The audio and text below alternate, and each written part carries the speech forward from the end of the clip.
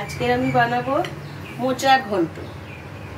তার জন্য লাগছে আমার ছোট করে আলু কেটে নিয়েছি, পেঁয়াজ কেটে নিয়েছি, বাদাম আর ছোলা ভিজানো, গোটা গরম মশলা, তেজপাতা, শুকনো লঙ্কা, লঙ্কা গুঁড়ো, হলুদ গুঁড়ো, জিরে গুঁড়ো, নুন, আদা রসুনের পেস্ট, টমেটো, ঘি দেবো একটু, জল আর তেল।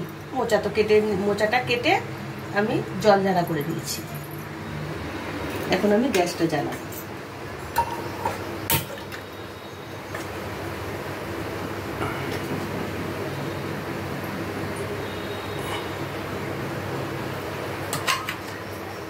তেলটা গরম হলে আমি এর মধ্যে দেব গোটা লঙ্কা, তেজপাতা, গোটা গরম মশলা ফোড়নে দেব।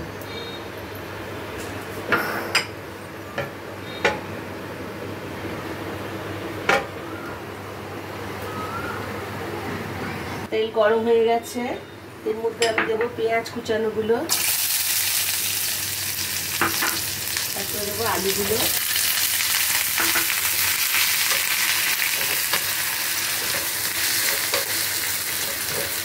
ভাজা ভাজা হয়ে গেলে দিয়ে দেবো ছোলা আর বাদাম ভিজানোগুলো,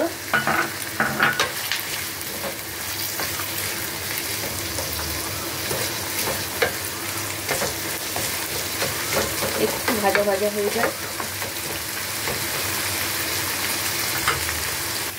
আলুগুলো ভাজা ভাজা হয়ে গেছে, একটু ভালো লাল লাল করে ভেজে নেব। হ্যাঁ, এখন আমি মশলাগুলো দিয়ে দেবো।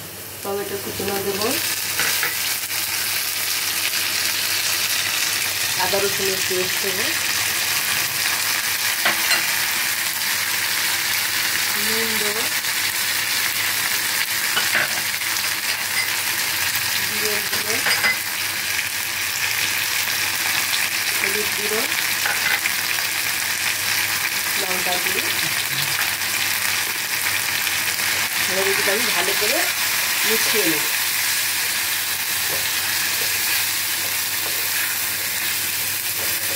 সামান্য একটু জল দিয়ে মশলাটা কষিয়ে নেব।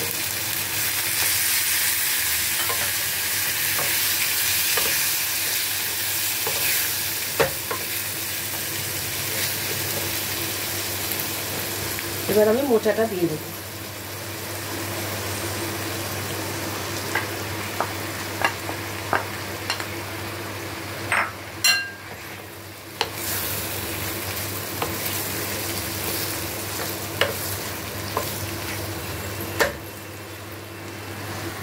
কষানো হয়ে গেছে, এবার আমি একটু জল দেব।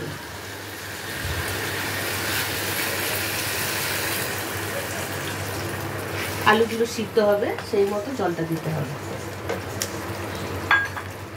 দিয়ে আমি এখন একটু ঢাকা দিয়ে দেবো।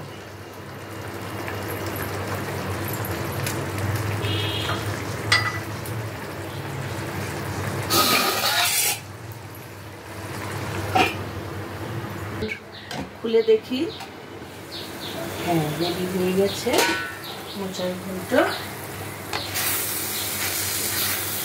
আলুগুলো সিদ্ধ হয়ে গেছে একদম।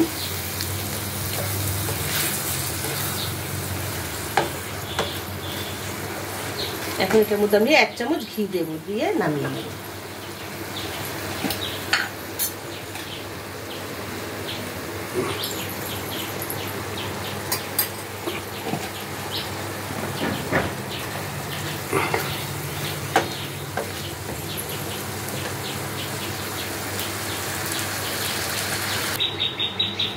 আমি এখন নামিয়ে ফেলি।